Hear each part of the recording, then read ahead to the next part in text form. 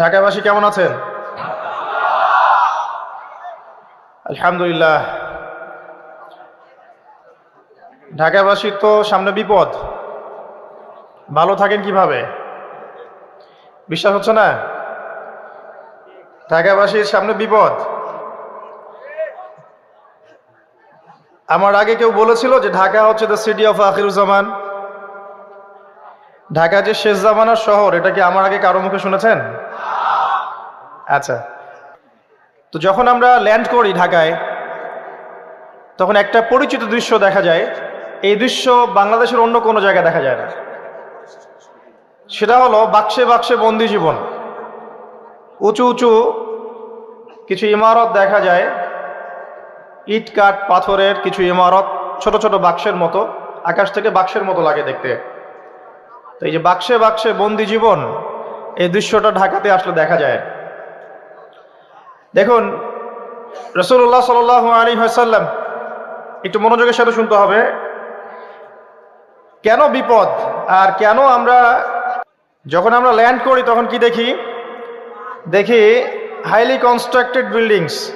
ঢাকায় আমরা দেখি হাইলি কনস্ট্রাক্টেড বিল্ডিংস। আজকে থেকে 200 বছর আগে এমন দৃশ্য কেউ দেখেছে কিনা আমার জানা নাই। তবে একটা হাদিস থেকে আমি আলোচনা শুরু করি, তাহলে বুঝতে পারবেন।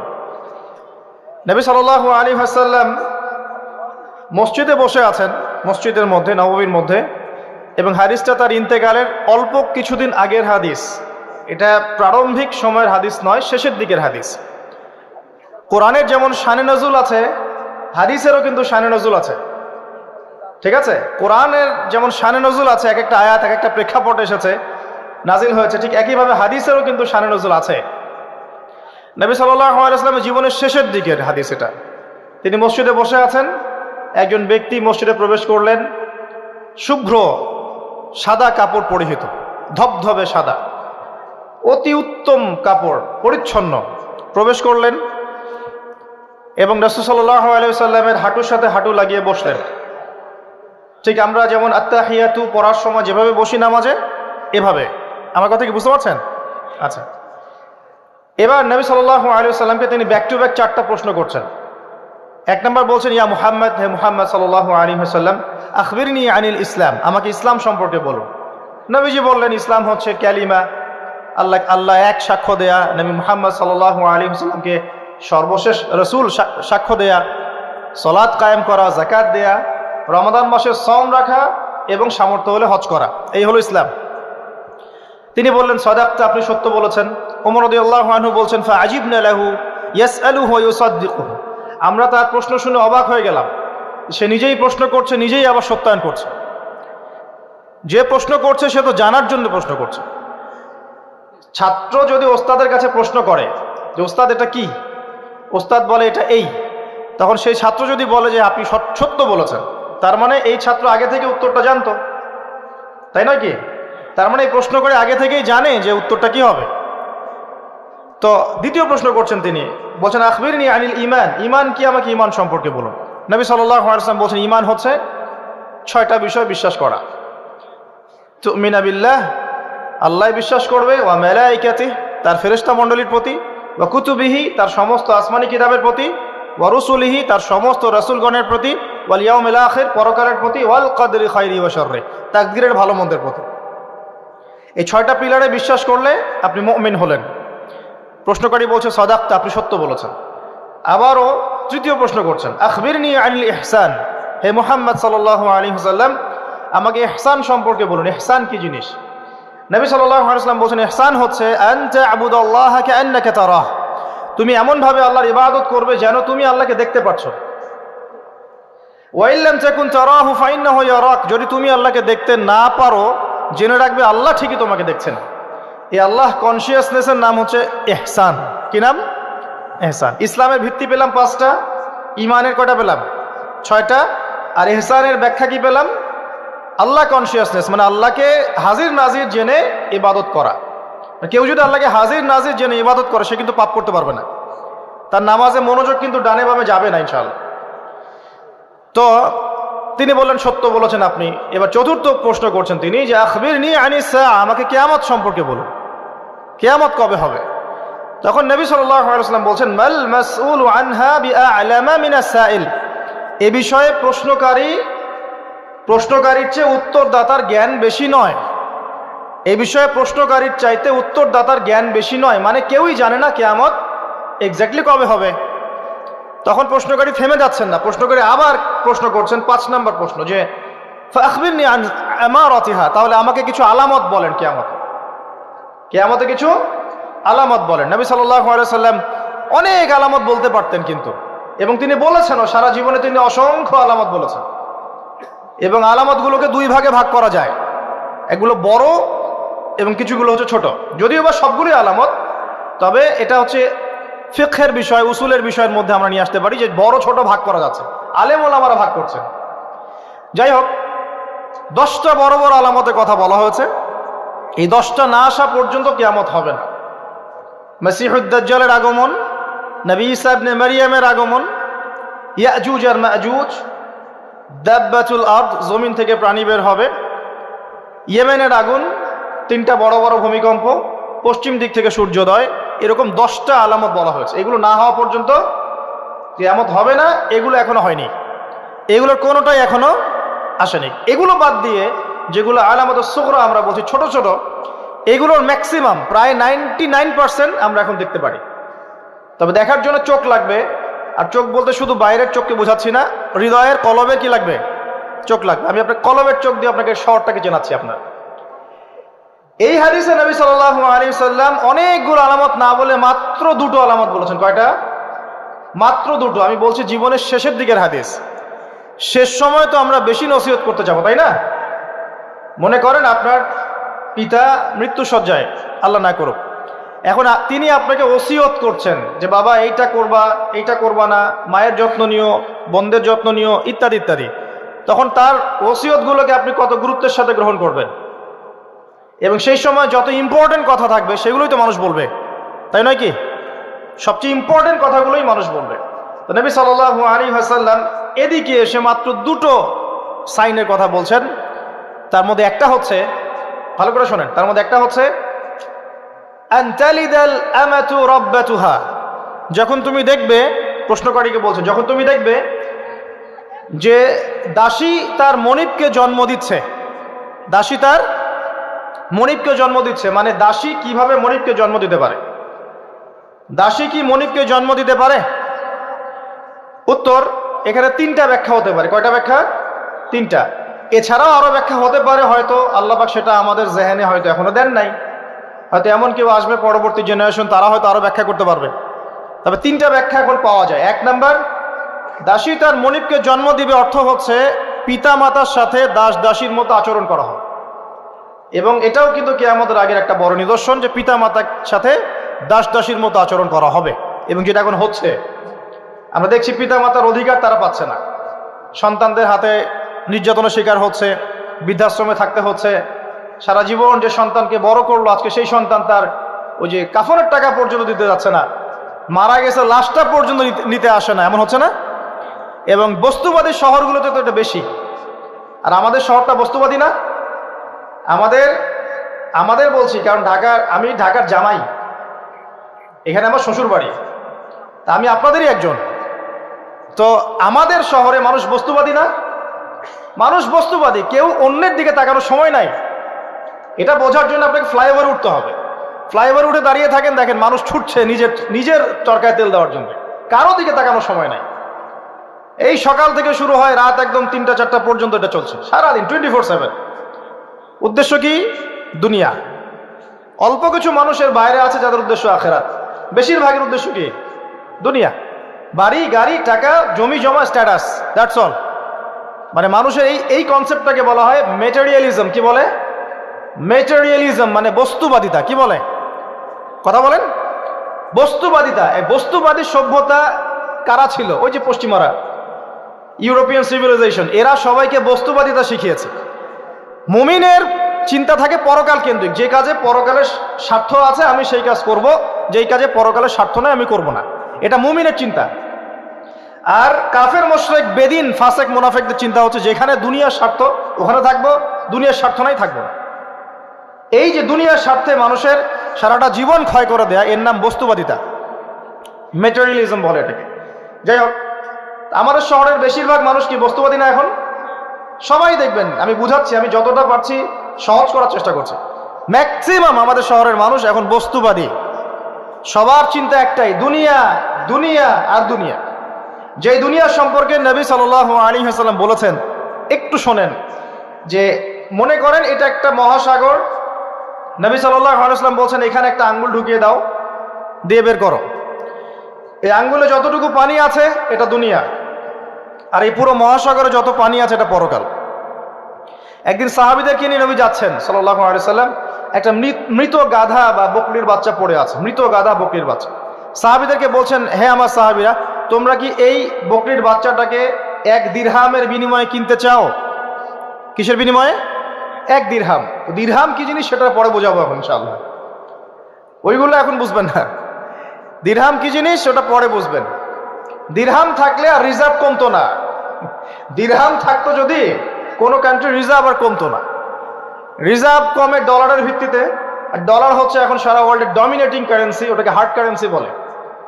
মানে আপনি তেল কিনতে চান, 1 কোটি টাকা ব্রিফকেসে নিয়ে আমাদের আবু ধাবিতে চলে যান, গিয়ে শেখদেরকে বলেন যে আমাকে 1 কোটি টাকার তেল দেন, 1 ফোঁটাও তেল দিবেন আপনাকে, দিবে না। যতক্ষণ আপনি ওই টাকাটাকে ডলারে কনভার্ট করবেন তারপর দিবেন, আপনাকে তখন সুন্দর মতো তেল দিবে। এই dollar petrol, dollar petrol, petrol ছাড়া ডলারের এক্সচেঞ্জ নাই। এটা হচ্ছে পেট্রো ডলার মনিটরিং সিস্টেম। এবং এটা নিয়ে কথা বললে আবার এক শ্রেণীর ঘুমটাওয়ালা শায়েখ আছে, বলবে খারেজি হয়ে গেছে। যাই হোক, এটা একটা জুলুম। কিরকম জুলুম? যে আপনি আপনার ইকোনমিক পুরো ব্যালেন্সটাকে ডলারের মানদণ্ডে যাচাই করতে হবে। আপনি যতই সমৃদ্ধশালী হন না কেন, আপনি ওই হার্ড কারেন্সিকে টেক্কা দিতে পারবেন না। আপনার কাছে গোল্ড আছে মনে করেন, সোনা, এখন সোনাটাকে আপনি যে ভাঙাবেন, ভাঙিয়ে যে মানে কান্ট্রির অন্যান্য ডেভেলপমেন্টের কাজে লাগাবেন, তার জন্য ডলারের সিঁড়ি পার হয়ে যেতে হবে আপনার। অথচ এই দিনার এবং দিরহাম রাসূল সাল্লাল্লাহু আলাইহি ওয়াসাল্লামের যুগের কারেন্সি ছিল, দিনার দিরহাম, যার ইন্ট্রিনসিক ভ্যালু বা অন্তর্নিহিত মান কখনো কমে যাবে না। দেখাচ্ছি, দাঁড়ান, আমি এমনি এমনি করে কথা বলি না। আসহাবুল কাহফ কত বছর ঘুমিয়েছিলেন বলেন? 309 বছর। 309 বছর। পকেটের মধ্যে কিছু কয়েন ছিল, সোনার আর রূপার কয়েন। এই এলাকা ছেড়ে চলে গেছে, গুহার মধ্যে ঘুমিয়েছে, রাত কাটাবে, আল্লাহ পাক ঘুম পাড়িয়ে রেখেছেন 309 বছর। 309 বছর ঘুম থেকে ওঠার পর তারা বলছে, কেম লাবিস্তুম, তোমরা কতদিন ঘুমিয়েছো? একজন বলছে লাবিস না ইয়াওমান আও বা'দা ইয়াওম, একদিন ঘুমিয়েছি বা একদিনের কিছু অংশ ঘুমিয়েছি। ঠিক আছে, ঘুম থেকে উঠেছে, এখন ক্ষুধার্ত আমরা, যাও এই মুদ্রাগুলো নিয়ে বাজারে যাও, বাজারে গিয়ে দেখো ফালয়ানজুর আইয়ুহা আজকা তুআমা, খেয়াল করে দেখো কোন খাবারটা উত্তম পবিত্র, ওটা নিয়ে আসো। তো 309 বছর একটা মুদ্রা নিয়ে ঘুমানোর পরেও মুদ্রার মান কমে যায়নি। ওই টাকা দিয়ে ঠিকই রুটি কেনা গেছে। এখন আপনি আপনার কারেন্সিগুলো নিয়ে 309 বছর ঘুমানো লাগবে না, আপনি 10 বছর ঘুমান। 10 লাখ টাকা নিয়ে 10 বছর ঘুমান। 10 লাখ টাকার মান যদি 9 লাখ টাকায় না নেমে আনছে, তাহলে আমি নাম বদলাই ফেলাবো।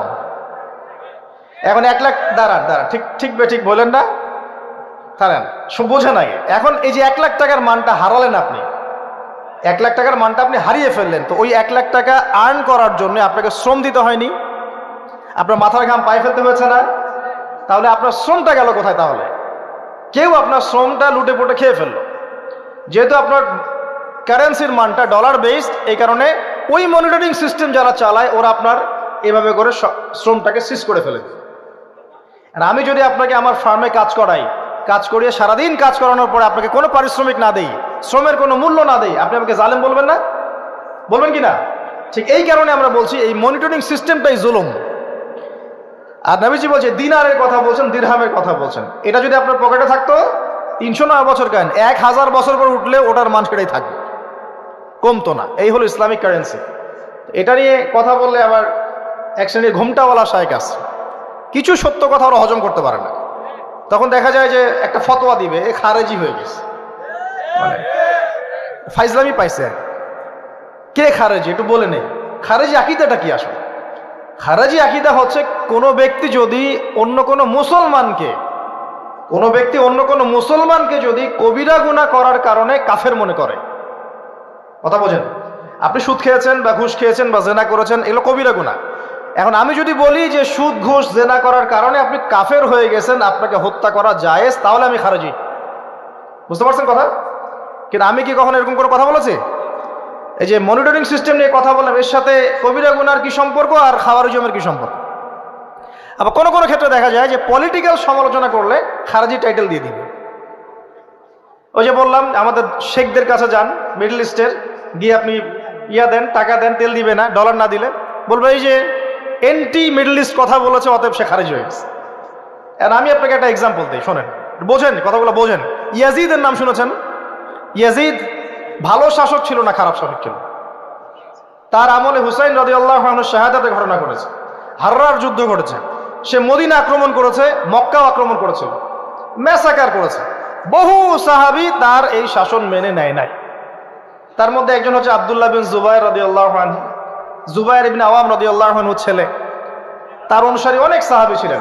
আর আমাকে বলেন, ইয়াজিদ যখন মক্কা মদিনা আক্রমণ করছিল, ইয়াজিদ যখন মক্কা মদিনা আক্রমণ করছিল বা তার সেনাবাহিনীরা যখন ইমাম হুসাইনকে কারবালার প্রান্তরে শাহাদত দিচ্ছে বা আক্রমণ করছে তার সপরিবারে, এখন যে সাহাবীরা তার বিরুদ্ধে একটু অবস্থান নিয়েছে, এই সবগুলো সাহাবী কি কাফের হয়ে গেছে, তাগুত হয়ে গেছে আর খারেজি হয়ে গেছিল নাকি? তারা কি ইয়াজিদের অন্যায়ের প্রতিবাদ করার কারণে খারেজি হয়ে গেছিল নাকি?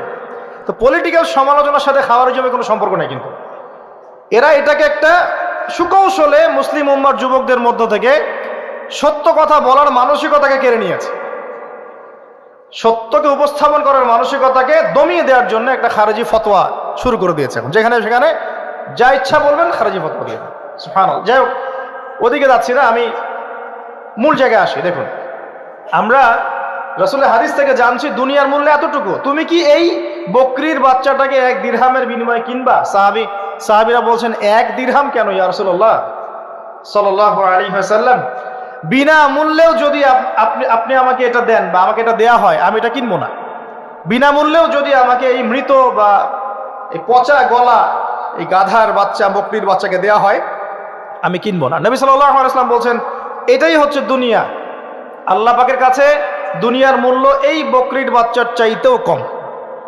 তো এখন আমরা যারা বস্তুবাদিতায় লিপ্ত আছি, দুনিয়ার এই যে ফিকির, সারাদিন দুনিয়ার ফিকির মানুষকে এমনভাবে পেয়ে বসে না, মানুষ দুনিয়ার আলাপ ছাড়া কোনো কথাই বলতে চায় না। দেখবেন একজন আলেমের কাছে বসবেন, সে আপনাকে কোরআনের কথা বলবে, হাদিসের কথা বলবে। একজন দুনিয়াদার মানুষের পাশে বসবেন, 1 ঘন্টা বসে থাকলেও একটা কোরআনের কথা বলবে না, আর হাদিসের কথা মুখ থেকে বের হবে না।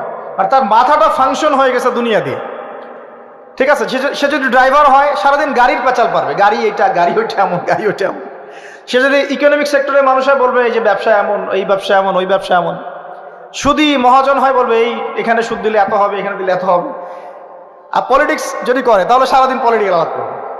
দুনিয়ার সেক্টরে যারা পটু আর কি, দুনিয়ার ফাংশনটা মাথায় এমনভাবে ইনস্টল করা থাকে যে এটা ছাড়া অন্য কোনো কথা তার মুখ থেকে বের হবে না। নবী সাল্লাল্লাহু আলাইহি ওয়াসাল্লাম দুনিয়াকে এত তুচ্ছ করেছেন। এখন আমি আপনাকে বোঝাচ্ছিলাম যে আনতালিদা লামাতু রাব্বাতুহা, দাসী তার মনিবকে জন্ম দিবে, এর অর্থ একটা এই যে পিতামাতার সাথে এখন দাসীর মতো আচরণ করা হবে। সেটা কি হচ্ছে না বলেন? এটা যারা পিতামাতা হয়েছেন, বার্ধক্যে চলে গেছেন, তারা খুব ভালো করে জানেন যেই সন্তানের জন্য সারাটা জীবন তারা মাথার ঘাম পায়ে ফেললেন, এই সন্তান তার খোঁজ খবর পর্যন্ত নেয় না। এখন ব্রিটেন, অক্সফোর্ড, হার্ভার্ড থেকে পড়ে আসছে, ঢাকা বিশ্ববিদ্যালয় থেকে বড় বড় ডিগ্রি নিয়ে আসছে, তার বাবা এখন থাকে বৃদ্ধাশ্রমে। জাহাঙ্গীরনগর ইউনিভার্সিটির একজন প্রফেসর, তিনি বৃদ্ধাশ্রমে আছেন। একটা ভিডিও দেখলাম তার, তিনি বলছেন যে আমি আমার পরিবারের জন্য কি না করেছি, আজকে আমি এত বড় প্রফেসর হওয়ার পরে আমার শেষ জীবনটা এখানে কাটছে। মাঝে মাঝে এগুলো দেখলে মনে হয়, মনটা চায় যে আমরাও কিছু বৃদ্ধাশ্রম করি, যাদেরকে আল্লাহ পাক তৌফিক দিয়েছেন আপনারা করবেন। যদিও ইসলামে বৃদ্ধাশ্রমের কোনো জায়গা নাই, মায়ের পায়ের নিচেই সন্তানের বেহেশত, কিন্তু এখন পরিবেশ এত খারাপ যে কিছু কিছু বৃদ্ধাশ্রমের দরকার হয়ে পড়েছে। জাতীয় একটা দৈনিক পত্রিকা দেখলাম, তারা বলছে যে এখন বৃদ্ধাশ্রম সময়ের দাবি হয়ে গেছে, বৃদ্ধাশ্রম এখন সময়ের দাবি হয়ে গেছে। আপনাদের সামর্থ্য থাকলে আপনারা করবেন। শেষ জীবনটা যেন আমাদের এই বার্ধক্যে উপনীত হওয়া মায়েরা এবং বাবারা, তারা যেন আল্লাহর ইবাদত করে কাটাতে পারে এমন একটা পরিবেশ তৈরি করে দিবেন। টেনশন ফ্রি ভাবে তারা যেন 3 বেলা খায়, জিকির আজগার করে, তাসবিহ তাহলিল করে, কোরআন তেলাওয়াত করে, শেষ জীবনটা যেন ঈমান ইসলামের উপর থেকে মৃত্যুবরণ করতে পারে, এরকম একটা ব্যবস্থা করে দেন। ইনশাআল্লাহ বহুত নেকি হবে ইনশাআল্লাহ। আল্লাহ পাক আপনাকে বরকত দিবেন ইনশাআল্লাহ। এটা একটা ব্যাখ্যা হতে পারে। সেকেন্ড ব্যাখ্যা হতে পারে এই, দাসী তার মনিবকে জন্ম দিবে অর্থ হচ্ছে এই যে সমাজের ন্যায় অন্যায় হক বাতিলের মানদণ্ড উল্টে যাবে, কারণ দাসী মনিবকে জন্ম দিতে পারে না। পারে? তার মানে একটা ব্যাখ্যা এটাও হতে পারে, সত্য মিথ্যা হয়ে যাবে, মিথ্যা সত্য হয়ে যাবে কিয়ামতের আগে আগে, হক বাতিল হয়ে যাবে, বাতিল হক হয়ে যাবে। ঠিক এটাও অন্যান্য হাদিসে এসেছে, সত্যবাদীকে বলা হবে মিথ্যাবাদী, মিথ্যাবাদীকে বলা হবে পরম সত্যবাদী। যে ব্যক্তি আমানতদার তাকে বলা হবে খেয়ানতকারী, যে খেয়ানতকারী তাকে বলা হবে পরম আমানতদার। এটা হচ্ছে না এখন আমাদের এই বিজি শহরগুলোতে, এটা হচ্ছে না। আমাদের এখানে বিশ্বাসটা এতই কমে গেছে, দেখবেন কোনো মানুষ যদি সেধে কাউকে খাওয়ায়, আসেন হোটেলে বসেন খান, সন্দেহের চোখে তাকাবে যে না জানি আমাকে কি খাওয়াই দিল, আমাকে খাওয়ায় আবার কি লুটপাট করে, তাই না? দেখেন আমাদের শহর থেকে বিশ্বাসটা কমে গেছে না। একটা বন্ধন টিকে থাকে বিশ্বাসের উপরে। আমি বলি যে একটা সম্পর্ক শুধুমাত্র ভালোবাসার ভিত্তিতে টিকে থাকে না, ভালোবাসার চেয়ে বড় জিনিস হচ্ছে বিশ্বাস। আর সেই বিশ্বাস যখন উঠে যায় তখন পরিবার ভেঙে যায়, স্বামী স্ত্রীর বন্ধন ভেঙে যায়, সামাজিক কাঠামো ভেঙে যায়। আমাদের সমাজ থেকে বিশ্বাসটা উঠে গেছে, দেখবেন কেউ কাউকে বিশ্বাস করতে পারে না। হ্যাঁ, তো এই যে বস্তুবাদিতা আমাদের বিশ্বাসটাকে নষ্ট করে ফেললো। খেয়াল করে দেখেন, এই রাত্রেবেলা গাড়ি নিয়ে যাবেন, রাস্তায় যদি কেউ দাঁড়িয়ে থাকে, ভাই আমি খুব বিপদে পড়েছি একটু লিফট দেন, ভয়েই দাঁড়াবো না এখানে গাড়ি নিয়ে, না জানি আবার কোন ট্র্যাপে ফেলায়, তাই না? বিশ্বাস প্রতারণার কি যুগ, কেউ কাউকে বিশ্বাস করতে পারছে না, কেউ কাউকে বিশ্বাস করতে পারছে না। স্বামী তার স্ত্রীকে বিশ্বাস করে না। এই শহরে বহু স্বামী আছে এই শহরের, স্ত্রীকে বিশ্বাস করে না, কারণ জানে যে আমি বাইরে গেলে ফোনে অনেকগুলো বেটার সাথে লাইন মারে, স্বামী খুব ভালো করে যায়। এ কারণে দেখা যায় স্বামীও বাইরে আবার কয়েকটা একাধিক ওই যে বলবো উপস্ত্রী উপপত্নী জোগাড় করে রেখে দিচ্ছে, আছে না? মেয়ে স্ত্রী বাসায়, স্বামী যখন চলে যায় স্ত্রী অন্যের সাথে পরকিয়া করে, আবার স্বামী বাইরে গিয়ে স্ত্রীকে বাদ দিয়ে অন্য মেয়ের সাথে পরকিয়া করে। এই জিনিসটাই শহরে বেশি না কম বলেন? লজ্জা করেন না, সত্যি কথা বলেন, এটা বেশি না কম? বেশি, দিন দিন বাড়ছে। আর যে মিডিয়াগুলো আমরা দেখি এগুলোই শিখায় আমাদের, পরকীয়া শিখায় না? পরকীয়া শিখায়। আর এটা যে এত ভয়াবহ মহামারী আকার ধারণ করেছে না, যে অনেক ক্ষেত্রে দেখা যায় স্বামী অফিসে যাওয়ার সাথে সাথেই বয়ফ্রেন্ড বাসায় হাজির। এই যে বাক্সে বাক্সে বন্দি জীবন বললাম, বাক্সে বাক্সে বন্দি ফ্ল্যাটের ভিতরে তো ঢুকলে আর বোঝা যায় না ভিতরে কি হচ্ছে। কত ফ্ল্যাটে যে জেনা হয় এখন এই শহরে আল্লাহ ভালো জানে। এই ফ্ল্যাটের প্রত্যেকটা ইঞ্চি ইঞ্চি মাটি আল্লাহর কাছে সাক্ষী দিবে। যেখানে যে মাটিতে বসে অবিবাহিত যুবক যুবতী জেনা করেছে আর বিবাহিত যুবক যুবতীরা এবং এই স্বামী স্ত্রী জেনা করেছে, এর ইঞ্চি ইঞ্চি মাটি আল্লাহর কাছে কথা বলবে। এর ইঞ্চি ইঞ্চি মাটি আল্লাহর সামনে কথা বলবে। ইযা যুলজিলাতিল আরদু জিলজালাহা ওয়া আখরাজাতিল আরদি আথকালাহা ওয়া ক্বালাল ইনসানু মা লাহা ইয়াওমাইযিন তুহাদ্দিসু আখবারাহা। সেদিন তুহাদ্দিসু আখবারাহা, জমিন তার খবর বলবে আল্লাহর কাছে। জমিনের কোথায় কোন পাপ হয়েছে সব বলে দিবে। এই জমিনে এখানে দাঁড়িয়ে জেনা করেছে, ওইখানে দাঁড়িয়ে মদ খেয়েছে, ওইখানে কাউকে খুন করেছে, জমিন বলে দিবে।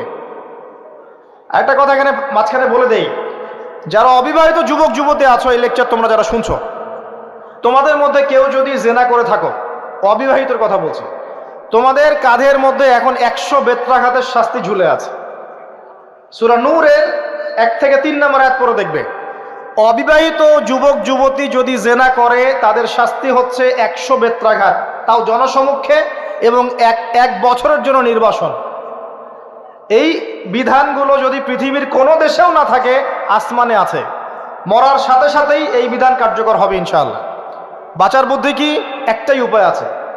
এই লেকচার কানে চলে গেছে, ওযু করবে, ওযু করে খালেস ভাবে রাতের শেষ রাতে জায়নামাজ বিছাবে, জায়নামাজ বিছিয়ে আল্লাহর সামনে দাঁড়িয়ে 2 রাকাত নামাজ পড়বে, পড়ে নিজের পাপের কথা স্মরণ করে চোখ দিয়ে দরদর করে পানি ফেলে দিবে, আল্লাহকে সেজদায় গিয়ে বলবে, আল্লাহ আমি জেনা করেছি, আমাকে মাফ করে দাও। আল্লাহ আমার এই পাপের কথা কেউ জানে না, তুমি জানো, মাফ করে দাও।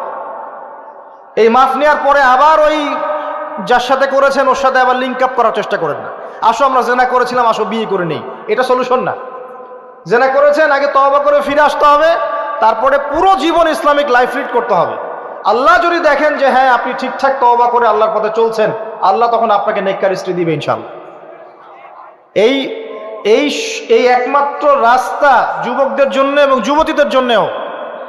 যুবকরা না হলে পার পেয়ে যেতে পারে, কারণ একটা কথা সমাজে প্রচলিত আছে না, যে ছেলে মানুষের ইজ্জত তো সহজে যায় না, গোপন হয়ে গেছে, কেউ জানে না, আল্লাহ মাফ করে দিয়েছেন, সে হয়তো পার পেয়ে গেল। কিন্তু এই যে মেয়ে, তুমি যে 8-10টা ছেলের সাথে জেনা করেছো, তোমার ইজ্জতের কি হবে? তোমার যে সতীত্ব তুমি নষ্ট করেছো, তুমি তো বিয়ের পর কোনো ঘরে গেলে সে হাজবেন্ডও বুঝতে পারবে তুমি আর সতী সাদী নও, তখন তোমার কি হবে? এটা গেল স্বেচ্ছায় জেনা। আর যদি আপনি ধর্ষণ করে থাকেন কাউকে, তাহলে তার হক তাকে ফেরত দিতে হবে। কিভাবে দিবেন সেটা আপনার বিষয়। আল্লাহর কাছে ক্ষমা চান, ইস্তেগফার করেন। জেনার ফলশ্রুতিতে সমাজে মহামারী নেমে আসে। জেনা, পরকীয়া, অশ্লীলতার কারণে সমাজে এমন সব রোগ ব্যাধির উদ্ভব হয় যেগুলো কখনো ছিল না। এই শহরটা জেনার শহর, আমাদের এই ঢাকা শহর জেনার শহর। আপনাকে এটা বোঝার জন্য আমার লেকচার না শুনে আপনি পেপার পত্রিকা ঘাটেন, অনলাইন সার্চ করেন, দেখবেন এই শহরে আনাচে কানাচে জেনা হয় এবং ওপেন জেনা হয়, মানুষ জেনাকে হালাল মনে করে। এই শহরের যুবক যুবতী যারা একে অপরের সাথে বয়ফ্রেন্ড গার্লফ্রেন্ড কালচারে লিপ্ত আছে, এটাকে তারা হালাল মনে করে, কেউ হারামও মনে করে না। কত বড় সাহস দেখায়! আর রাস্তা দিয়ে আমরা হেঁটে গেলেও বয়ফ্রেন্ড গার্লফ্রেন্ড এসে আমাদেরকে সালাম দেয়, হুজুর আমাদের জন্য একটু দোয়া করেন। তো প্রত্যেকটা পার্কে যাবেন, এই যে আপনাদের রেস্টুরেন্টগুলোতে যাবেন, দর্শনীয় যে স্পটগুলো সেখানে যাবেন, দেধার সে জেনা হচ্ছে, জেনা আর জেনা। আমি এই যুগের কথাই বলছি। নবী সাল্লাল্লাহু আলাইহি ওয়াসাল্লাম বলছেন, আমাদের নবী বলছেন, আমার উম্মতের একটা অংশ, সবাই না, আমার উম্মতের একটা অংশ অবশ্যই জেনাকে হালাল করে নিবে, অবশ্যই মদকে হালাল করে নিবে, মদ পান করবে কিন্তু মদের নাম অন্য দিবে, এবং তারা গান বাজনা বাদ্যযন্ত্র নর্তকীদেরকে হালাল মনে করে নিবে। নবী সাল্লাল্লাহু আলাইহি ওয়াসাল্লাম বলেছেন, যখন সমাজে এরকম পাপ বাড়ে, তখন সমাজে এমন সব রোগ ব্যাধি আসে যা আগে কখনো ছিল না। এবং এদের ব্যাপারে নবীজি বলেছেন, একদিন সকালবেলা আল্লাহ পাক এদেরকে বানর এবং শুয়োর বানিয়ে দিবেন। কিয়ামতের আগে এই ঘটনাও ঘটবে, বিকৃত হবে, ভূমিধস, ভূমিকম্প, ভূমিধস এবং আকৃতির বিকৃতি, এগুলো আযাব আসবে আল্লাহর পক্ষ থেকে, এই জেনা, এই ব্যভিচার, এই পরকীয়া, নোংরামি, অশ্লীলতার কারণে। ঘরে ঘরে এগুলা বয়ফ্রেন্ড গার্লফ্রেন্ড কালচার, কেউ মনে করে না যে না এগুলা হারাম, কেউ মনে করে না যে আমার এই যে সহপাঠী আমার গায়রে মাহরাম, এই গায়রে মাহরাম শব্দটাই নাই। কাজিন, চাচাতো বোন, মামাতো বোন, খালাতো বোন, এই যে কাজিন, এরা জেনা করছে। কি দেখা বাকি রেখেছে এই যুগে আমরা দেখছি যে নিজের মেয়ের সাথে পিতার শারীরিক সম্পর্ক। পেপার পত্রিকা পড়েন, একটু অনলাইন ঘাটেন, দেখেন কোন যুগে আছেন আপনি। সমাজে ন্যায় অন্যায় হক বাতিলের মানদণ্ডই উল্টে যাবে। মানুষ ন্যায়কে অন্যায় মনে করবে, অন্যায়গুলোকে ন্যায় মনে করে নিবে। কোনো মানদণ্ড নাই। আমাদের শহরের এই অবস্থা, শান্তিতে কিভাবে ঘুমাবেন আপনি? নিশ্চিন্তে থাকবেন কিভাবে? কখন যে আল্লাহর গজব চলে আসে। কোরআনে একটা আয়াত আছে, যখন আল্লাহ পাকের গজব আসবে তখন শুধু জালেমদের উপর খাস করে আসবে না। আলেমদেরকে জিজ্ঞাসা করে, আলেম ওলামাদেরকে জিজ্ঞাসা করেন, যখন আল্লাহর গজব আসবে জালেমদের উপরে শুধু খাস ভাবে আসবে না, সবার উপরে আসবে। তা আমি খুব ভালো মানুষ, ওয়াজ করছি, নসিহত করছি, পার পেয়ে যাবো এমন ভাবার সুযোগই নাই। আপনাকে আপনার সাধ্য মতো অন্যায়ের প্রতিবাদ করার চেষ্টা করতে হবে। লাতা'মুরুন্না বিল মা'রুফ, নবীজি বলছেন অবশ্যই তোমরা সৎ কাজের আদেশ করো। ওয়ালা তানহাউন্না আনিল মুনকার, অবশ্যই অসৎ কাজে নিষেধ করো। আও লা ইউশিকান্নাল্লাহু আন ইয়াবআসা আলাইকুম ইকাবাম মিন, অন্যথায় আমি আশঙ্কা করি তোমাদের উপর আল্লাহর পক্ষ থেকে বিশাল গজব আসবে। সুম্মা তাদউনাহু, এরপর তোমরা সবাই আল্লাহর কাছে দোয়া করবে, আল্লাহ গজব সরিয়ে দাও।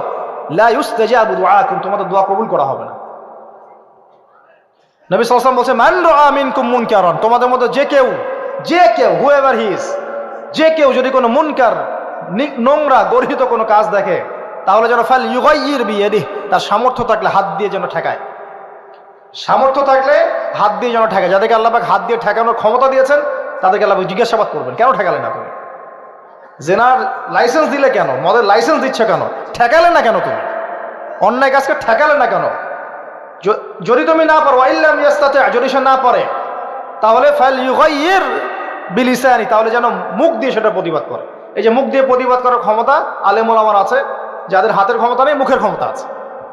সেটাও যদি না পারো, ওয়াইল্লাম ইয়াস্তাতি, সেটাতেও যদি সে সক্ষম না হয়, ফাবিকলবিহি, তাহলে যেন অন্তর দিয়ে ঘৃণাটা পর্যন্ত করে। ওয়াবিযালিকা আদআফুল ঈমান, এটা হচ্ছে ঈমানের সবচেয়ে নিকৃষ্ট একটা অবস্থা, সর্বনিম্ন অবস্থা। এর নিচে ঈমানের কোনো অবস্থাই নাই। তার মানে অন্যায় দেখে আমাদের যাদের মনে কোনো ফিলিংসই কাজ করছে না, তার মানে আমাদের ঈমান নাই আসলে। সহজ কথা, ঈমানের সেই তেজ নাই আমাদের মধ্যে। আসুন, একটা ব্যাখ্যা এটাও হতে পারে সমাজে ন্যায় অন্যায় হক বাতিলের মানদণ্ড উল্টে যাবে। আরেকটা জায়গায় যাচ্ছি, তার আগে একটা কথা বলতে ভুলে গিয়েছিলাম। এখন বিবাহিত যারা আছে, এই যে দেবর আর ভাবি, এই যে শালি আর দুলা ভাই, মধুর সম্পর্ক না এগুলা? দাঁড়া, এগুলো মধুর সম্পর্ক। দেখা যায় সুবহানাল্লাহ, এই যে আমার এখানে ফোন আছে না, আমাদের অফিসিয়াল পেজ আছে, অফিসিয়াল পেজে যত প্রশ্ন আসে দেখি ম্যাক্সিমাম জেনা কেন্দ্রিক, ব্যভিচার কেন্দ্রিক, পরকীয়া কেন্দ্রিক। একজন প্রশ্ন করেছে যে দুলা ভাইয়ের চরিত্র এত খারাপ ছিল, আর ওই মেয়ের বয়স তখন কম ছিল, 13 বছর বয়স। 13 বছর বয়সের মেয়ের দিকে সে চোখ দিয়েছে। যাকে বিয়ে করেছে তার সাথে তো সম্পর্ক আছেই। এটা কে? আচ্ছা, যাকে বিয়ে করেছে ওর সাথে তো সম্পর্ক আছেই। তারপরে আপনার শালির সাথে সম্পর্ক। এখন শালির সাথে তার 2 বছর ধরে সম্পর্ক করার পর সেগুলোর ভিডিও ধারণ করেছে, ধারণ করে তাকে ব্ল্যাকমেইল করছে যে যদি আমার সাথে খারাপ কাজে সে রাজি না হয় তাহলে এই ভিডিওগুলো ভাইরাল করে ফেলবে। এই যে অনলাইনের যুগ, এখন তো মানুষ নিশ্চিন্তে মানুষ যে একটা প্রাইভেট লাইফ লিড করবে সেটাও করতে পারে না। প্রাইভেট লাইফের সব কিছু রেকর্ডেড হয়ে যায়, হয় না? এটা একটা ফিতনা, মহাফিতনা। এখন সে রেকর্ড করেছে, এইভাবে ব্ল্যাকমেইল করে এই শালীর সতীত্ব নষ্ট করলো। 1 বছর 2 বছর না, 3 বছর ধরে। এখন এই মেয়ে প্রশ্ন করছে পেজের মধ্যে যে এখন তার মানসিক অবস্থা এতই খারাপ, সে জিজ্ঞাসা করছে আমি যদি আত্মহত্যা করি তাহলে আমার পাপ হবে কিনা। এই মেয়েটা যদি আপনার বোন হতো কি করতেন আপনি? আল্লাহ না করুক এই মেয়ে যদি কারো মেয়ে হতো তাহলে কি করতেন আপনি? আপনার কাছের কেউ হলে আপনি কি করতেন? এখানে ওই শাস্তিটা না বলে সামনে যেতে পারছি না।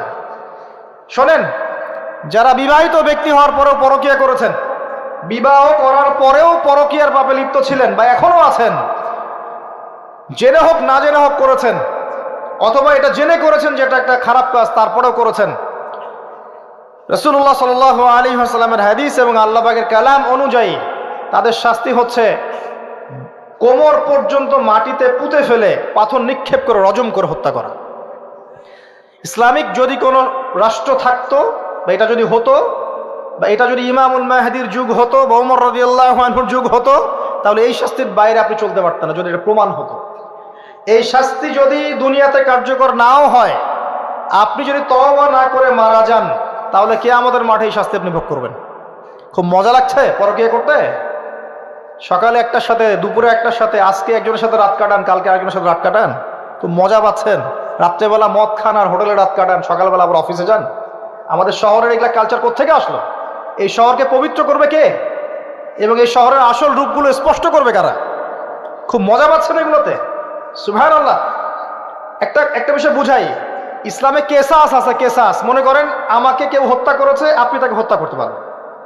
মনে করেন আপনি কাউকে হত্যা করেছেন, ঠিক আমাদের লজের মধ্যে কেউ যদি কাউকে হত্যা করে তাকে ফাঁসি দেওয়া হয় না, এরকমই কেউ যদি কাউকে হত্যা করে, ইসলামের বিধান কেসাস করা, মানে হাতের বদলে হাত, চোখের বদলে চোখ, কানের বদলে কান, নাকের বদলে নাক, জানের বদলে জান, যদি প্রমাণ হয়। কিন্তু এখানেও হত্যাকারীর বাঁচার সুযোগ আছে। কিরকম? মনে করেন আপনি আমার পরিবারের কাউকে হত্যা করেছেন, আল্লাহ না করুক। এখন আপনি এসে আমাকে ক্ষমা চাচ্ছেন যে আমার ভুল হয়ে গেছে, আমি রক্তপণ দিব, আমাকে মাফ করে দেন। এখন আমাদের পরিবারকে আপনাকে বললো ঠিক আছে আপনাকে মাফ করে দিলাম, আপনার কেসাস করার দরকার নেই, আপনি রক্তপণ দিয়ে দেন, তাহলে আপনি বেঁচে থাকার সুযোগ পেলেন। কথা বুঝতে পারছেন? আরেকটা হচ্ছে মুরতাদ। মনে করেন কেউ ইসলামের কিছু বিষয়কে অস্বীকার করেছে, তাকে জেলখানায় বন্দি করে রাখা হবে, সুযোগ দেওয়া হবে যে আপনি কি এগুলো জেনে শুনে বলেছেন নাকি এর উপর অটল থাকবেন না ফিরে আসবেন। সে যদি বলে না আমি তওবা করলাম, আমি এগুলো থেকে ফিরে আসলাম, ও বেঁচে থাকার অধিকার পেয়ে গেল। কিন্তু বিবাহিত ব্যক্তি যারা ব্যভিচার করেছে, বিবাহিত ছেলে বা মেয়ে ব্যভিচার করেছে, তওবা করে যদি ফিরেও আসে, রজমের শাস্তি থেকে বাঁচার কোনো সুযোগ নেই। বুঝাতে পারছি না? একজন মহিলার কথা বলি তাহলে বুঝতে পারবো। এটা একজন মহিলা সাহাবীর ক্ষেত্রেও হয়েছে, একজন পুরুষ সাহাবীর ক্ষেত্রেও হয়েছে। আচ্ছা, পুরুষ সাহাবীর কথা বাদ দিয়ে মহিলা সাহাবীর কথাটা বলি। মহিলা সাহাবী এসেছেন, এসে নবীজিকে বলছেন, ইয়া রাসূলুল্লাহ তাহিরনি, আমাকে পবিত্র করুন, আমি একটা অন্যায় করেছি, আমি বিশাল একটা অন্যায় করেছি। নবী সাল্লাল্লাহু আলাইহি ওয়াসাল্লাম বলছে, কি করেছো তুমি? তখন সে বলছে, আমি জিনা করেছি। নবী সাল্লাল্লাহু আলাইহি ওয়াসাল্লাম বলছেন, বাসায় যাও, বাসায় গিয়ে আল্লাহর কাছে তওবা করো, আল্লাহ পাক মাফ করে দিবেন। নবীজি এটাকে হাইড করতে চাচ্ছেন, কারণ কি, যখন আপনি কেস আদালতে নিয়ে যাবেন তখন তো উপায় নাই, আপনাকে তো বিচার করতেই হবে। তুমি বাসায় ফিরে যাও, তওবা করো, আল্লাহ মাফ করে দিবেন। সে মহিলা নাছোড়বান্দা, না আমার বিচার করে দেন, আমার বিচার করে দেন, পরকালে আমি শাস্তি পেতে চাই না, দুনিয়াতে আমার বিচার করে দেন। নবী সাল্লাল্লাহু আলাইহি ওয়াসাল্লাম বলছে, তুমি কি গর্ভবতী হয়েছো? হ্যাঁ, জেনার কারণে আমি গর্ভবতী হয়ে গেছি। এরকম হচ্ছে না এখন? আর যে অ্যাবর্শন করছে না, ওই যে ক্লিনিকে গিয়ে, এটাও ট্রেন্ড হয়ে গেছে, হইল, সমস্যা কোথায়? কি এমন হয়েছে? আমার কি কেরিয়ার নষ্ট হয়ে গেছে? ফ্যামিনিস্ট নোংরা মেয়ে কোথাকার। তারপরে এই মেয়ে বলছে, হ্যাঁ আমি গর্ভবতী হয়েছি ইয়া রাসূলুল্লাহ। নবী সাল্লাল্লাহু আলাইহি ওয়াসাল্লাম বলছেন, বাসায় ফিরে যাও, সন্তান যখন খালাস হবে তারপরে এসো, বিচার করে দেব। 9 থেকে 10 মাস সে এই সন্তানকে গর্ভে ধরলো, ধরার পরে সন্তান যখন খালাস হয়ে গেল, সে নবীর কাছে এসে সন্তান কোলে নিয়ে, নবজাতক, ইয়া রাসূলুল্লাহ সাল্লাল্লাহু আলাইহি ওয়াসাল্লাম দরুদ পড়বেন, আমাকে পবিত্র করে দিন, আমার সন্তান হয়ে গেছে এখন। নবী সাল্লাল্লাহু আলাইহি ওয়াসাল্লাম বলছেন, সন্তান কি দুধ খাচ্ছে? হ্যাঁ দুধ খাচ্ছে। তাহলে তুমি তাকে দুধ পান করাও। কত বছর দুধ পান করাতে হয়? 2 বছর। 2 বছর দুধ পান করাও, দুধ পান করা শেষ হবে, তারপরে এসে তোমার বিচার করে দিব। এবার 2 বছর দুধ পান করানোর পর এই মহিলা এসেছে, সন্তানের হাতে একটা রুটি, নবীজিকে বলছেন, ইয়া রাসূলুল্লাহ সাল্লাল্লাহু আলাইহি ওয়াসাল্লাম, আমার সন্তান এখন রুটি খেতে পারে, আমার সন্তান এখন রুটি খেতে পারে, আমার বিচার করে দিন। তখন নবী সাল্লাল্লাহু আলাইহি ওয়াসাল্লাম বলছেন, সাহাবীরা, তোমাদের মধ্যে কেউ কি আছো এই সন্তানের দায়িত্ব নিবে? একজন আনসার সাহাবী বলছেন, আমি দায়িত্ব নিব। তখন এই আনসার সাহাবীর কোলে নবী সাল্লাল্লাহু আলাইহি ওয়াসাল্লাম এই বাচ্চাকে তুলে দিলেন। তুলে দেওয়ার পর খালিদ বিন ওয়ালিদ রাদিয়াল্লাহু আনহু অন্যান্য সাহাবীদেরকে বললেন, যাও এই মহিলাকে নিয়ে যাও, কোমর পর্যন্ত গেড়ে দিয়ে রজম করে হত্যা করো। এবার এই মহিলাকে নিয়ে যাওয়া হচ্ছে, একটা কথা বানিয়ে বলছি না, এই আপনার আলেম ওলামা যারা আছেন জিজ্ঞাসা করবেন কওমি মাদ্রাসার। এই মহিলাকে নিয়ে যাওয়া হচ্ছে, মহিলাকে পাথর নিক্ষেপ করা হচ্ছে। পাথর নিক্ষেপ করার মধ্যে খালিদ বিন ওয়ালিদ রাদিয়াল্লাহু আনহুর পাথরও ছিল। খালিদ বিন ওয়ালিদ রাদিয়াল্লাহু আনহু নাম শুনেছেন না? বীর সাহাবী, তিনি পাথর নিক্ষেপ করেছেন একটা। এই পাথরের আঘাতে ওই মহিলার কোন একটা জায়গায় লেগেছে, গায়ের লেগে রক্ত বের হয়ে গেছে, রক্তের ছিটাটা তার গায়ের এই যে কাপড় এসে পড়েছে। কাপড় এসে পড়ার সাথে সাথে খালিদ বিন ওয়ালিদ রাদিয়াল্লাহু আনহু বলছেন, ছি ছি ছি ছি ছি, আমার গায়ের মধ্যে এরকম নোংরা ব্যভিচারী মহিলার একটা রক্ত পড়লো কি? এরকম একটা তাচ্ছিল্যের কথা বলেছেন। তখন নবী সাল্লাল্লাহু আলাইহি ওয়াসাল্লাম বলছেন, হে খালিদ তুমি থামো, হে খালিদ তুমি চুপ করো। তুমি জানো এই মহিলা এই 2 বছরে 3 বছরে এত তওবা করেছে আল্লাহর কাছে, এই সমস্ত তওবা যদি মদিনাবাসীর মধ্যে বন্টন করে দেওয়া হয় তবুও কম হয়ে যাবে। আর আমি এখন দেখছি এই মহিলা জান্নাতে সাঁতার কাটছে। আমি বুঝাতে পারছি না আপনাকে প্রিয় বোন, প্রিয় ভাই, যারা বিবাহিত হয়ে ব্যভিচার করছেন, জিনা করছেন, তিনি তওবা করেছিলেন, তওবা করেছেন, আল্লাহ পাক মাফও করে দিয়েছেন, জান্নাতে চলে গেছেন, কিন্তু পৃথিবীতে তার শাস্তি কায়েম করা হয়েছে। বিবাহিত ব্যক্তি ব্যভিচার করে ফেললে তার পৃথিবীতে বেঁচে থাকার অধিকার সে হারিয়ে ফেলে। আর এই পাপটাকে আমাদের সমাজে এত সহজ বানিয়ে দেওয়া হয়েছে, যে যার সাথে ইচ্ছা পরকীয়া করতে পারে। মেয়েও করছে, ভাবিও করছে, শালিও করে, দুলাভাইও করে, সবাই আমরা পরকীয়া করতে যাচ্ছি। পরকীয়ার সয়লাভ বন্ধ করতে হবে, পরিবারে পর্দা কায়েম করতে হবে, অপসংস্কৃতি ঠেকিয়ে দেন, এগুলা চ্যানেলগুলো বন্ধ করে ফেলেন বাসা থেকে। ইসলামিক সমাজ কায়েম না করতে পারলে আমাদের মা বোনরা সব নষ্ট হয়ে যাবে দিন দিন। আর পরিবারের ইজ্জত যখন চলে যায়, কোনো কিছুর বিনিময়টাকে ফিরে পাওয়া যাবে না। কেন পরকীয়া করতে গিয়েছেন? আল্লাহ, আপনার যদি এতই চাহিদা থাকে আরেকটা বিয়ে করেন না কেন? বিয়ে করতে সাহস কুলায় না নাকি? বিয়ে করলে যে স্ত্রীকে নিয়ে সূর্যের আলোতে ঘুরতে হয়, ওই জন্য ইঁদুরের মতো রাতের বেলা অন্ধকারে আপনি থাকতে চান, সিংহের মতো সকালবেলা সূর্যের আলোতে স্নান করতে পারেন। কথা বুঝতে পারেন না? বিয়ে করলে স্ত্রীকে নিয়ে পুরুষের মতো, সুপুরুষের মতো সূর্যের আলোকে আপনি হাঁটবেন রাস্তায়, কাউকে ভয় করবেন? আপনার মতো কোনো ভয় কাজ করবে না। আর এখন আপনি ইঁদুরের মতো রাতের অন্ধকারে রাত কাটান অন্য মেয়ের ঘরে গিয়ে। এই শহরের এই মহামারীগুলো বন্ধ করতে হবে। আমি এই শহরের একজন শুভাকাঙ্ক্ষী বাসিন্দা, আমি এখানকার, আমি আমার চোখ দিয়ে যা দেখছি এটা দেখার পর চুপ থাকতে পারি না। আমরা সব জায়গায় জানা দেখছি, আর মাদক দ্রব্য দেখছি, আর পরকীয়া দেখছি। পর্নোগ্রাফির তো শেষ নাই, প্রত্যেকের ফোনে ফোনে পর্নোগ্রাফি, এভরিবডি। দেখবেন অনেক সময় মাদ্রাসার শিক্ষকের দ্বারা ছাত্র বালাৎকার হচ্ছে, হয়নি? সম্ভব কিভাবে? কারণ ওই শিক্ষক পর্নোগ্রাফির আসক্ত ছিল।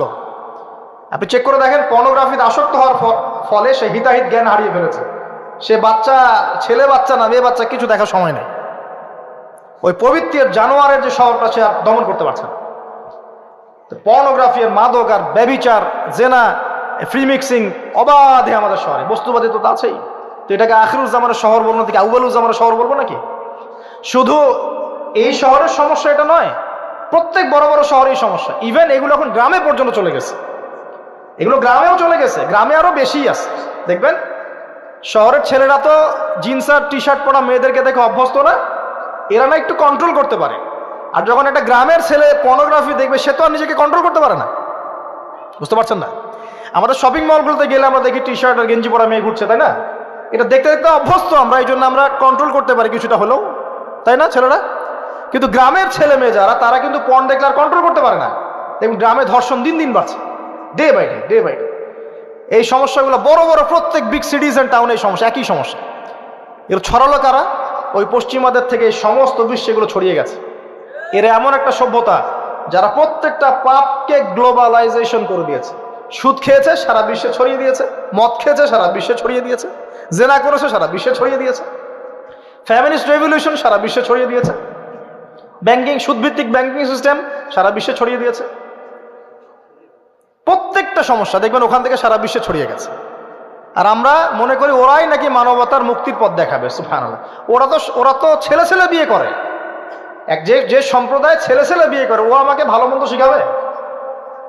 ওখানে তো একটা প্রত্যেক 10 সেকেন্ডে একটা করে মেয়ে রেপ হয় আফ্রিকান কন্টিনেন্টে।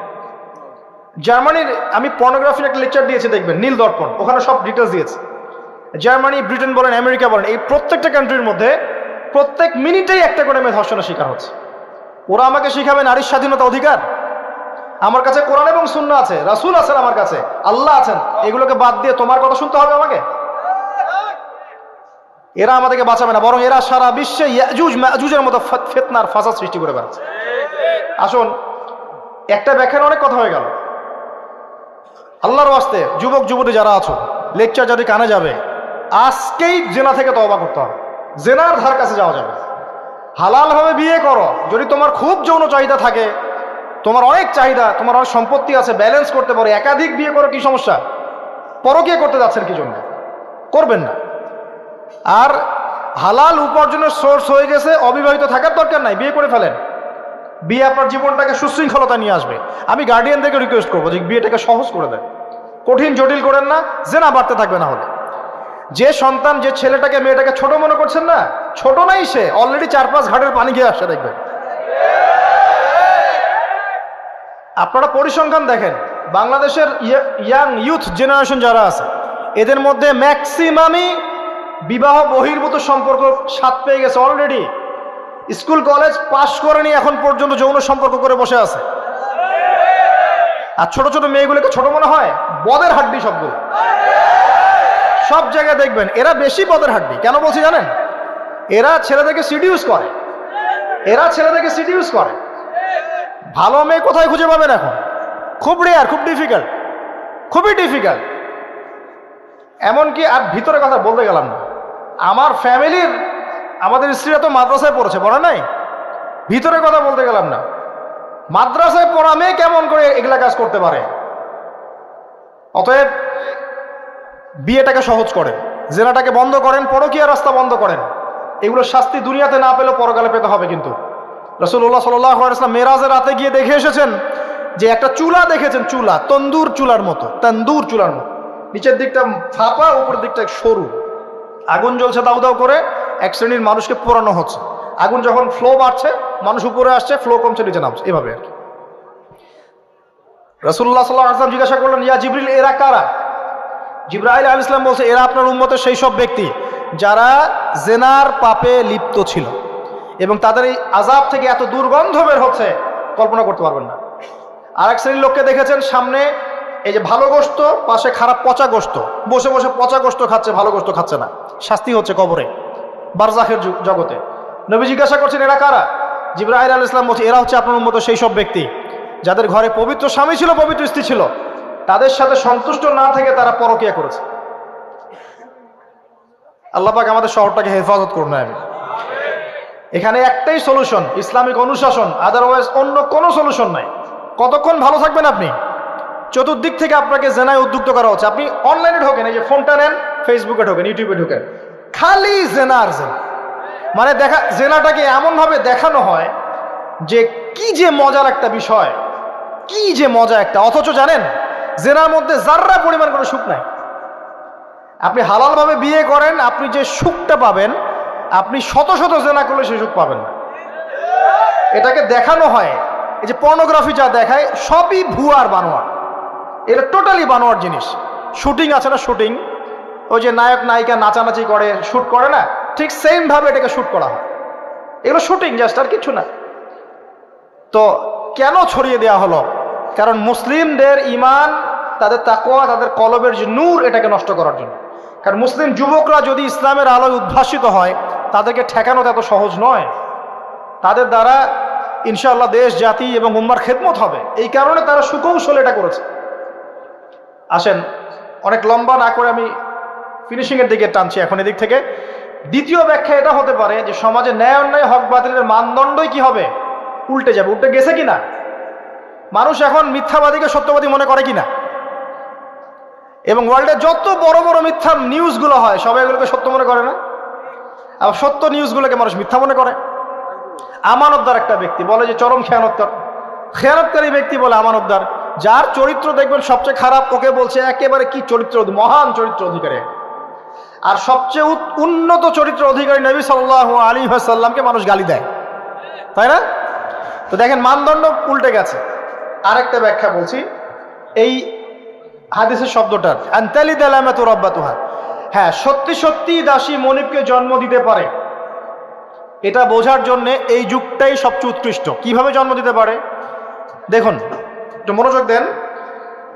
ফ্যামিনিস্ট রেভলিউশনের কারণে বহু মেয়ে বাইরের সভ্যতা, যারা এইসব কান্ট্রিতে না, বাইরের কান্ট্রিগুলোতে বাচ্চা কাচ্চা নেওয়ার সময় পায় না। ফ্যামিনিস্ট রেভলিউশনের কারণে বহু মেয়ে বাচ্চা কাচ্চা নেওয়ার সময় পায় না। বাচ্চা নিবে কিভাবে? এখন সন্তান তো দরকার। তখন কি করে? মধ্যবিত্ত, নিম্ন মধ্যবিত্ত কান্ট্রিগুলো থেকে কিছু মেয়েকে হায়ার করা হয়। তাদের যে গর্ভটা, এটাকে হায়ার করা হয়, যে তোমার গর্ভে আমার স্পার্ম ইনজেক্ট করা হবে এবং 9 মাস সেখানে সন্তানটা হবে, তারপর সন্তান জন্ম দিয়ে তুমি তোমার অনারিয়াম নিয়ে চলে যাবে। মনে করেন, বুঝাচ্ছি, মনে করেন আমেরিকার একটা কাপল, ওদের তো মেয়েদের বাচ্চা কাচ্চা নেওয়ার সময় নাই। তো প্রোগ্রেস, এগিয়ে যাওয়া, ইজ্জতও থাকে না, 10-15 বছরের মধ্যেই সারা জীবন এভাবেই তারা চলে। 10টা-20টা জেনা হয়, এগুলো কোনো বিষয় না। ডিভোর্স তো সকালে বিয়ে হলে বিকেলে ডিভোর্স হয়, বাচ্চা কাচ্চা নেওয়ার ফুরসত নাই। এখন আমেরিকান এক মেয়ে ধরেন, এক ছেলে ধরেন, একটা শ্রীলঙ্কার কোনো মেয়ের গর্ভ ভাড়া করেছে। এখন গর্ভের সন্তান হলো, সন্তান জন্ম দেওয়ার পরে এই সন্তানটা নিয়ে তাকে তার অনারিয়াম দেওয়া হচ্ছে $10,000-20,000 ডলার নিয়ে সে বাচ্চাটা দিয়ে দিল। এই যে বাচ্চাটা যে হলো, এই বাচ্চাটা হচ্ছে মনিবের, আর এই মেয়েটা হচ্ছে এখানে দাসী। এই যে দাসী তার মনিবকে জন্ম দিল কি দিল না? বুঝতে পারছেন না কথা মনে হয়? এই ব্যাখ্যাটা আজকে থেকে 30-40 বছর আগেও করা যেত না, এখন 30-40 বছরের মধ্যেই ব্যাখ্যাটা করা যায়। ইসলাম এভাবেই চিরপ্রাচীন, চির নতুন, চির আধুনিক। কথা বুঝতে পারছেন?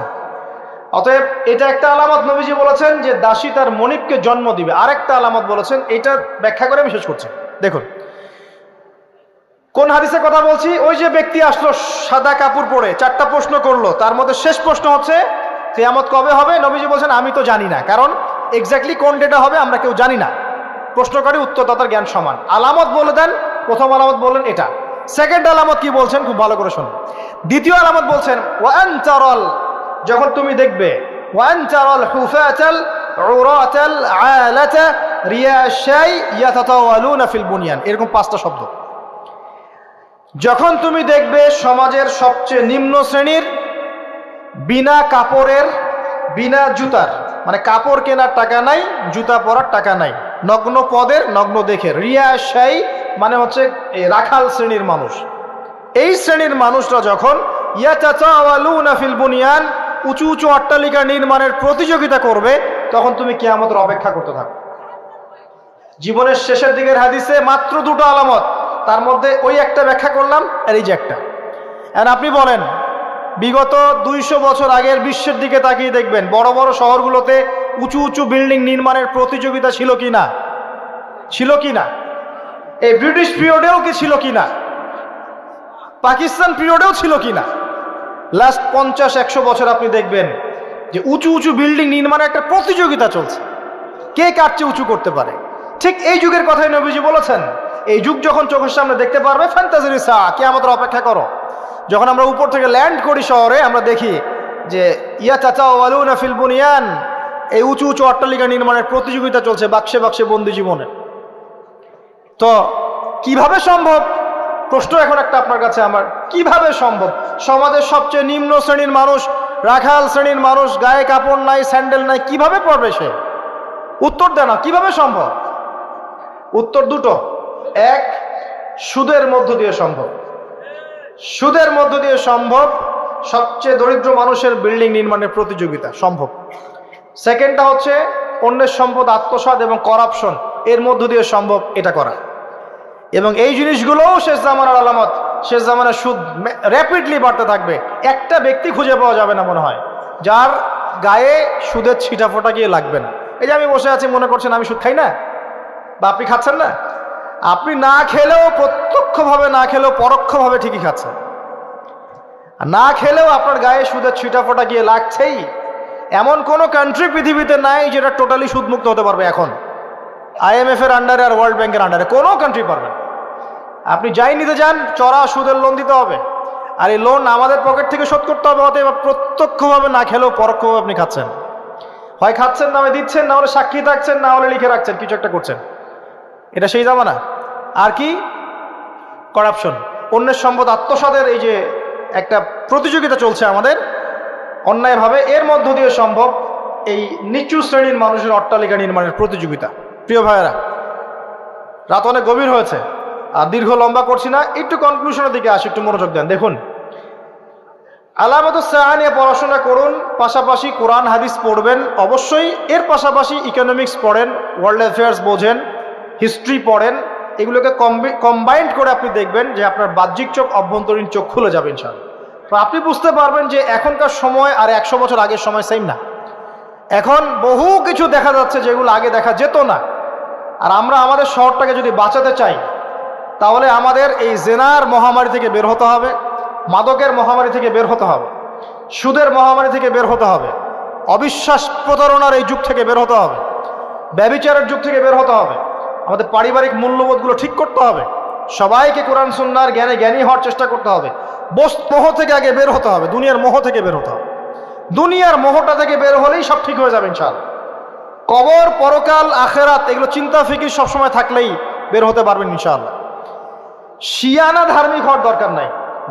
ধর্ম খুব ভালো বুঝি, দুনিয়াটা আগে বুঝি, ধর্ম পরে বুঝি, প্রয়োজন নাই।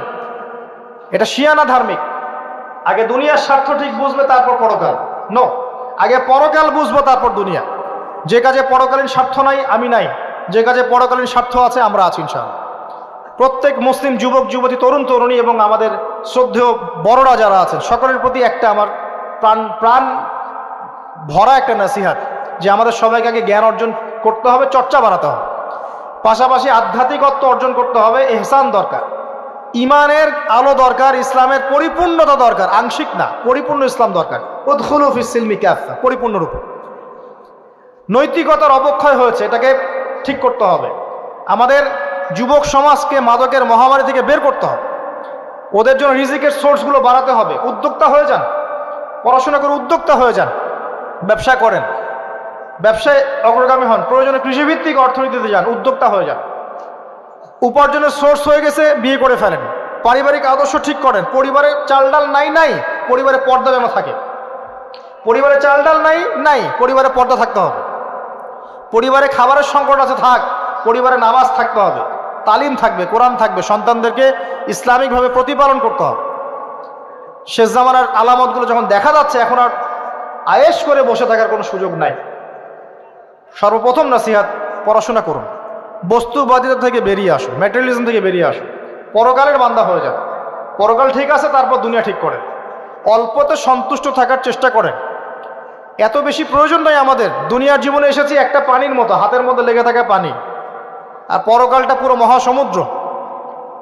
মৃত গাধার মতো দাম নয় আল্লাহর কাছে দুনিয়ার। অতএব এত বেশি ফোকাস করার দরকার নেই। যতটুকুতে আমাদের হয়ে যায় ব্যাস সন্তুষ্ট থাকেন।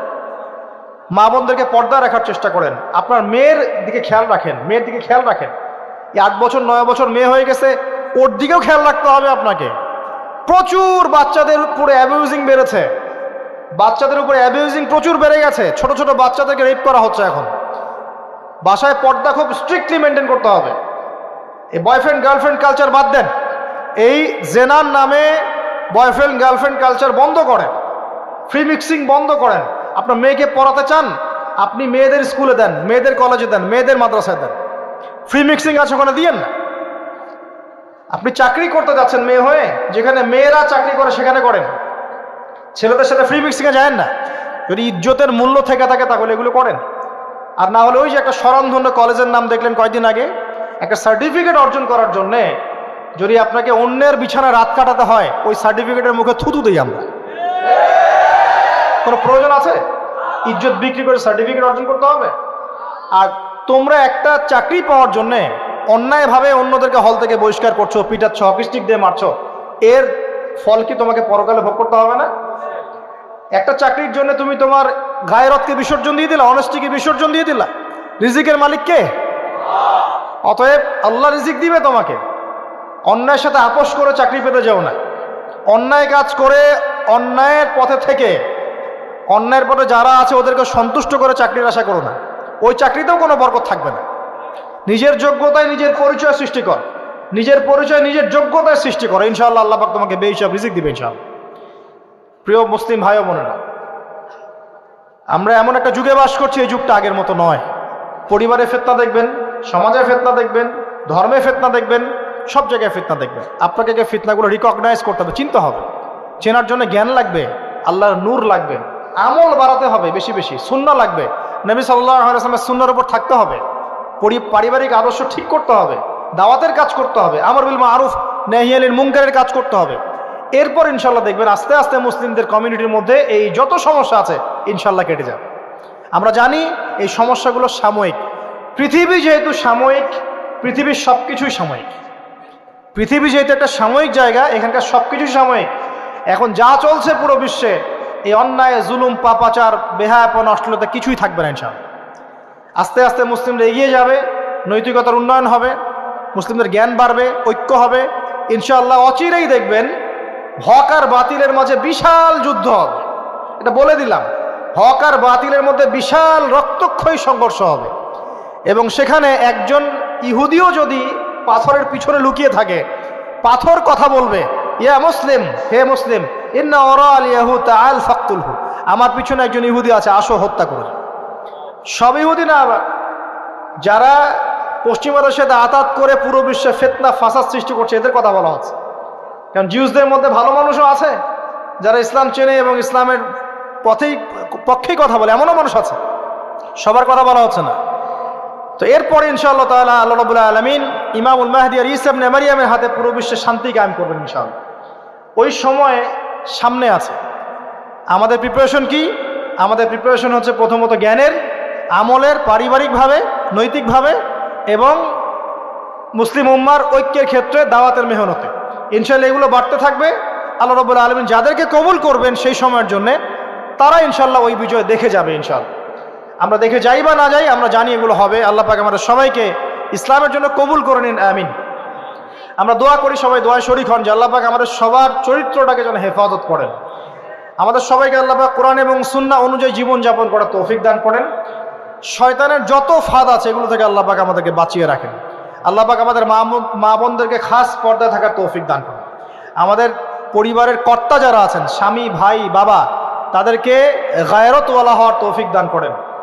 আল্লাহ পাক আমাদের যুবক ভাইদেরকে মাদক থেকে বাঁচিয়ে রাখুন, জেনা থেকে বাঁচিয়ে রাখুন। তাদের জন্য বিয়েকে সহজ করে দিন, তাদের জন্য রিজিকের পথ উন্মোচন করে দিন। আমাদের সবাইকে আল্লাহ পাক সৎ কাজের আদেশ করার তৌফিক দান করুন, অসৎ কাজে নিষেধ করার তৌফিক দান করুন, উম্মার মধ্যে ঐক্য আনার চেষ্টা করার তৌফিক দান করুন, এবং যারা উম্মার মাঝে বিভক্তি সৃষ্টি করছে এদেরকে বয়কট করার তৌফিক দান করুন।